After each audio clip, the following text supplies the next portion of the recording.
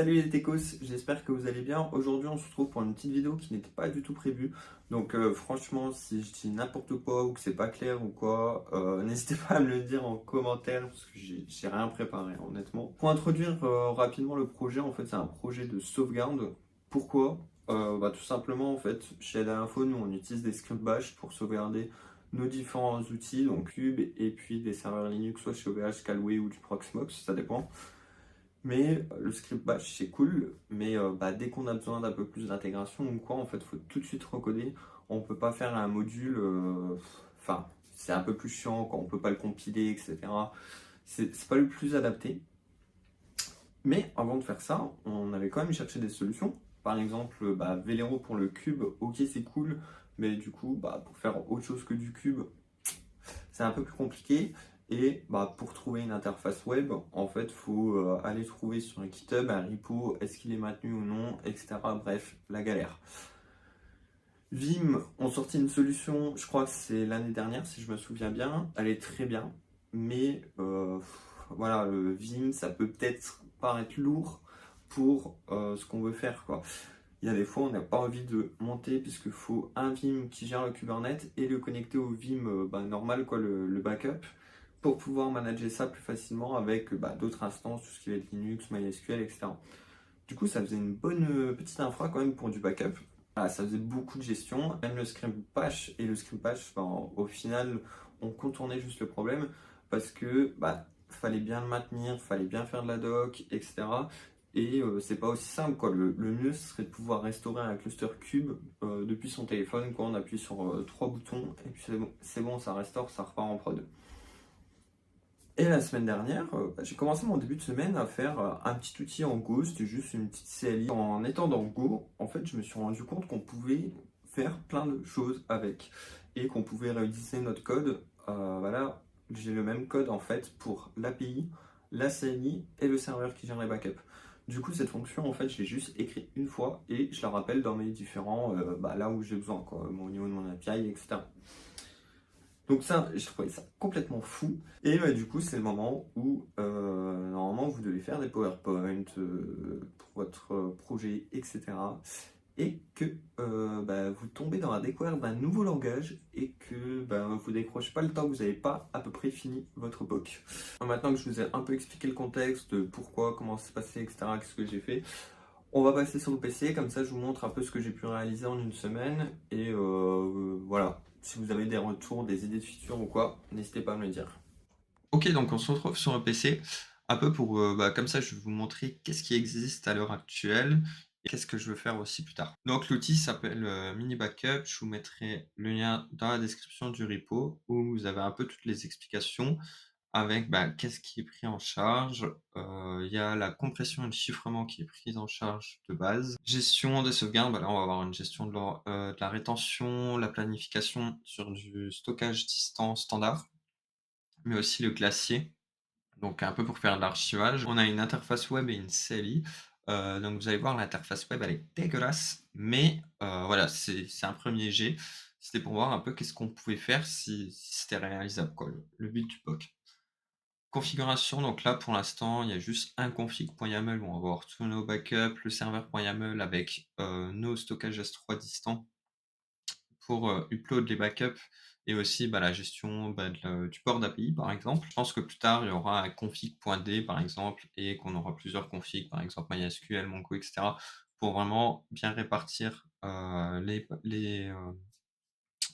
pour vraiment bien gérer nos fichiers de sauvegarde et que ce soit simple à comprendre.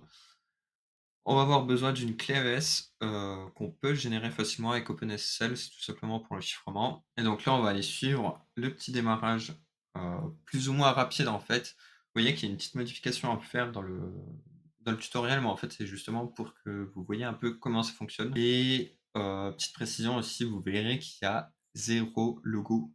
Il y a les logos par défaut sur tous les trucs, hein, genre là, c'est le logo par défaut d'Astrolight, vous allez avoir le logo par défaut de Quasar avec les couleurs de base de Quasar sur le front-end. Mais voilà, ça viendra petit à petit. On va dire que c'est pas la priorité. Donc on va pouvoir, pour démarrer, faire un petit get d'un projet. Donc là, je vais aller mkdir temp mini backup. On va faire ça. Et donc là, on va wget ça. Donc là, normalement, on a bien un zip. Ce qu'on va faire, c'est qu'on va l'unzip. Et vous voyez qu'on a le git ignore, au cas où si vous voulez supprimer le point .git et replot de votre côté, le docker compose et le nginx.conf qui est très important, je vais vous expliquer pourquoi. Donc on va aller dedans et on va ouvrir VS Code, ce sera beaucoup mieux pour nos yeux. Maintenant qu'on a notre VS Code ouvert, vous voyez qu'on a Docker Compose, Nginx. Donc dans les services, on va avoir un service Minio. Donc là, c'est tout simplement la réception de nos backups. Vous pouvez vous connecter à OVH, Callaway, etc. Pour l'instant, pour ceux qui utilisent le S3, vous saurez de quoi je parle, le pastil qui est en trou pour l'instant en dur dans le code. Dans une prochaine feature, on pourra facilement le modifier, vous inquiétez pas, dans le fichier de config.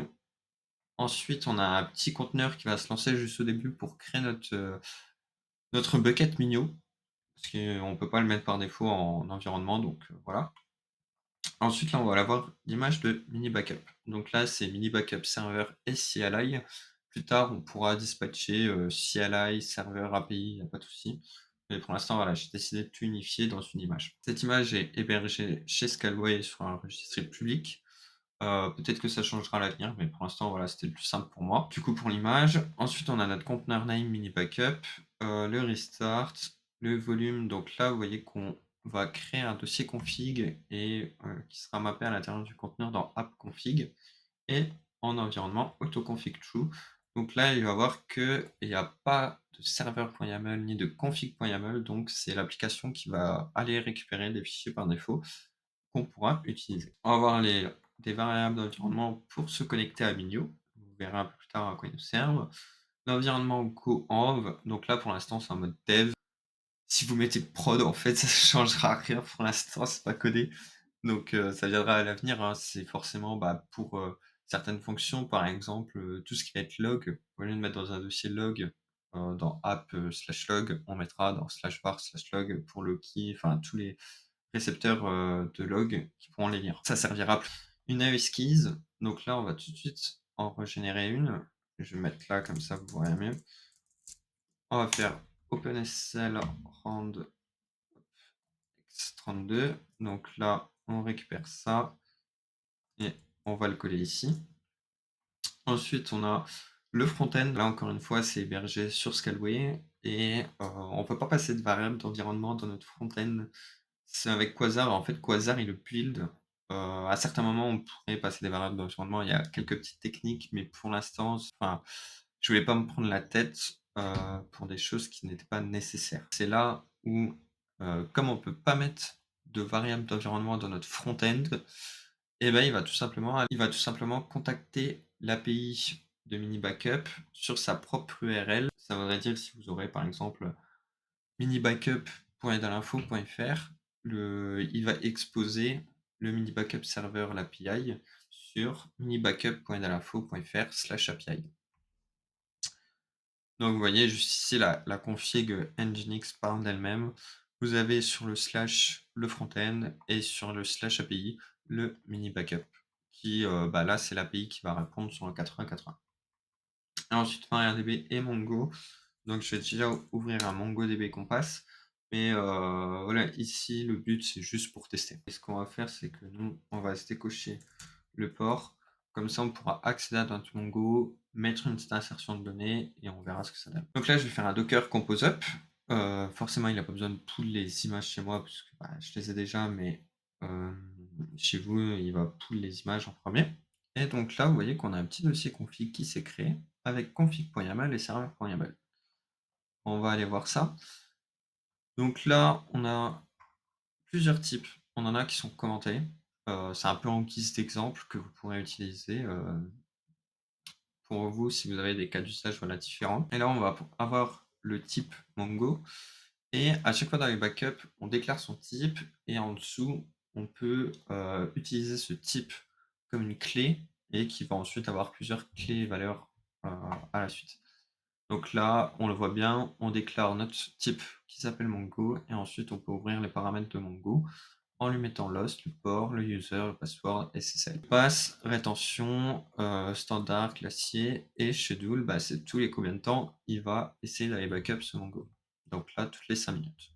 Et donc à l'avenir, enfin, si je suis pas fou et que rien n'existe pour gérer tous ces cas d'usage, j'ai dans l'idée de mettre un mode emergency où on pourrait mettre par exemple un health check, une IP, et lui dire qu'au bout de, par exemple, si au bout de 5 minutes l'IP ne répond pas, on pourrait lui donner l'URL GitHub d'un Terraform ou autre, qui terraforme la structure, et une fois que la nouvelle structure répond, il restaure les données. Là, ce serait vraiment la feature ultime, presque j'ai envie de dire, enfin j'ai plein d'idées de features, mais celle-là me hype pas mal.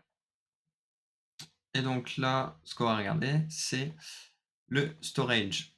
Donc pour pas m'embêter, je vais aller faire un sudo nano, hop, parce que j'ai pas les droits. Faudrait chmod. Bon, on va faire ça. Faites pas ça, hein, c'est juste parce que j'ai pas envie de m'embêter avec mon VS Code. Donc là, comme ça, je vais pouvoir l'éditer. Maintenant, si on reprend notre guide de démarrage, voilà, tout ce qu'il y a là, c'est ce que je vous ai expliqué, on s'en fout. Mais ce qui va nous intéresser, c'est de modifier le air storage. Parce que là, comme vous l'avez vu, on a un endpoint Scalway qui n'est pas renseigné et OVH. C'est juste pour vous montrer qu'on pourrait mettre plusieurs endpoints et donc il va les sauvegarder chaque backup chiffré, il va aller les stocker sur chaque stockage S3 que vous renseignez ici. Ce qui nous permet d'avoir, par exemple, si, je sais pas, demain il y a un problème sur Scalway, qu'il y a l'API Kubernetes qui ne répond plus avec l'API S3, ça veut dire que je ne peux pas restaurer mon Kubernetes sur un autre provider parce que mon S3 ne répond pas, et dans ce cas-là, on a notre deuxième endpoint qui lui sera disponible dans un autre cloud provider et là où on pourra aller chercher les données. Donc ici, je vais modifier la configuration pour lui dire que notre bucket pour la sauvegarde, c'est Minio. Le endpoint, c'est Minio 9000 puisque c'est notre container name et le service est sur le port 9000. Le bucket name, donc là, c'est bien celui qu'on crée backup. Et donc là, les access keys et secret keys, vous avez deux choix. Soit vous les mettez en clair dans votre YAML, soit vous pouvez les déclarer en tant que .env. Et en fait, ces deux valeurs-là, il va essayer de les faire matcher avec des points env s'ils existent. C'est pour ça qu'ici, on a la Minio Access Keys et le Script Keys. Et enfin, la région sur Minio, on s'en fout, hein, c'est du local, donc il n'y a pas de région. Et donc là, on va aller sauvegarder ça. Et donc là, normalement, on n'est pas obligé de redémarrer parce qu'il va tout simplement aller rechercher la config server.yaml quand il va faire le backup. Donc là, je vais me connecter à mon Ghost, ce qui va me permettre de créer une base de données avec un petit truc de test. Et on va créer une nouvelle donnée. Hop. Et donc là, comme ça, j'ai bien un document dans ma base. Une fois que ça sera backup, donc là, il faut encore attendre quelques minutes. Une fois backup, on va pouvoir supprimer ce document et pouvoir tester la restauration de deux méthodes différentes. Donc, si vous avez un peu lu ce qu'on a vu tout à l'heure, il va voir l'interface graphique et la CI. Ok, donc mon backup Mongo a fail et je me suis rendu compte qu'en fait, c'est parce que mon PC là, il n'avait pas la dernière version de mon image. Donc voilà, je fais juste un docker pull, je redémarre ça et on se retrouve pour un backup. Maintenant qu'on a la bonne image de mini backup, on voit tout simplement que mon côté payé a bien été backup. Il est déjà compressé, donc on va pas le recompresser. On le chiffre et on le téléverse vers notre Minio. Donc là, si on va sur localhost 9001, vous pouvez vous connecter avec Minio admin et Minio password. Si on va voir juste ici, donc là dans backups, alors c'est celle-là.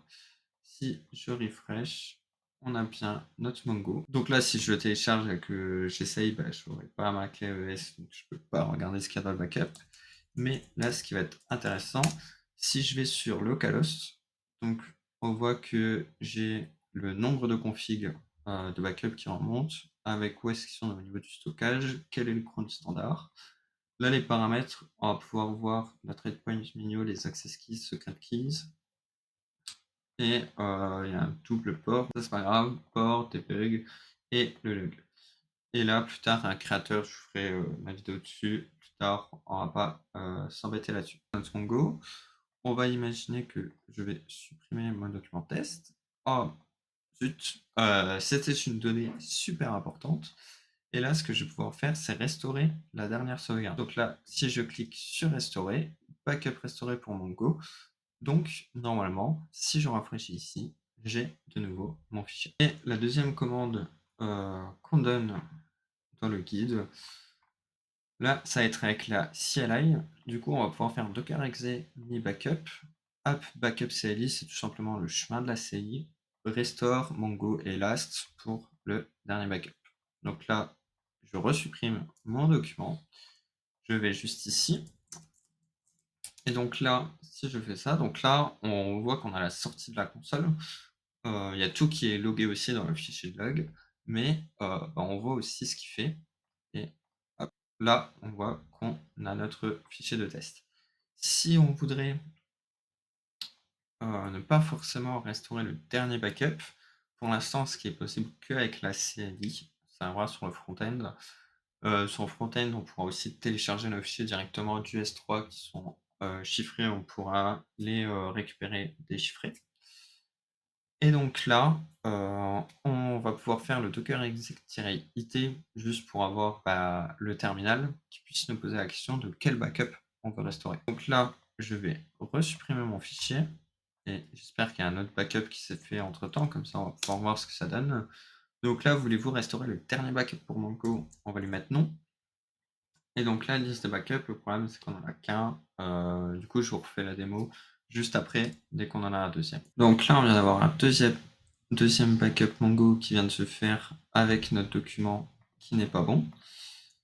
Enfin, on n'a pas de document. Donc là, si je fais non, il va nous lister l'affichage d'art retravaillé, mais il va nous lister voilà, les backups. Donc là, on sélectionne 1, 2, 3, etc. Voilà, au fur et à mesure du nombre de backups que vous avez. Et donc là, par exemple, si je prendrais le deuxième, celui qui vient de se faire, et on n'a pas notre document. Là, c'est comme si j'avais pris le dernier. Donc ce qu'on va faire, c'est qu'on va restaurer plutôt le premier, qui est l'avant-dernier. Hop. Et donc là, si je sélectionne le premier et que je rafraîchis mon Mongo, et donc j'ai mon document. Voilà un peu pour la démo de mini backup. J'espère que le logiciel va vous donner envie aussi. N'hésitez pas à me dire aussi si je suis complètement fou et que je suis passé à côté d'un logiciel qui fait exactement ce que je veux faire. Par la suite, le but c'est d'ajouter des outils comme Kubernetes, Postgre qui est par exemple utilisé par Supabase. Ce qui serait cool, ce serait pouvoir de backup notre Supabase et d'avoir nos fichiers. Ça veut dire que demain, si on veut restaurer sur un Postgre local, on pourrait. Donc voilà, le but c'est vraiment d'avoir un outil de sauvegarde qui est polyvalent, facile à utiliser et qu'on ait une interface graphique maintenue. Et là où on peut restaurer nos backups en quelques clics et aussi n'importe qui de l'équipe, parce que ça veut dire, je sais pas si vous êtes une structure, vous avez un ou deux DevOps, il y en a un qui est en vacances, l'autre, je sais pas, il est en arrêt maladie et gros problème, les devs, il faut qu'ils sortent, pas DB, mais soit ils n'ont pas les compétences, soit ils n'ont pas la documentation à jour, soit ils n'ont pas les accès. Voilà, plein de choses. Et ça veut dire que là, le DevOps, depuis son téléphone, il peut le faire. Ou là, ça veut dire que c'est tellement simplifié que vous pourrez donner un droit, par exemple, à un dev qui puisse juste restaurer cette base. Il n'y a pas d'ACL pour l'instant, il n'y a pas de gestion des droits, mais on peut s'imaginer ça pour le futur. Voilà un peu ce que j'avais à vous partager. Moi, maintenant que j'ai fini une grosse partie de ce que je voulais faire sur POC, je vais retourner sur les PowerPoint que j'ai à faire. Et n'hésitez pas à me dire ce que vous en pensez en commentaire, sur LinkedIn aussi. Je parle en ce moment avec quelques-uns d'entre vous et franchement, c'est un réel plaisir. Donc n'hésitez pas à me suivre, à vous abonner, ça m'aide énormément. Et puis moi, je vous dis à plus.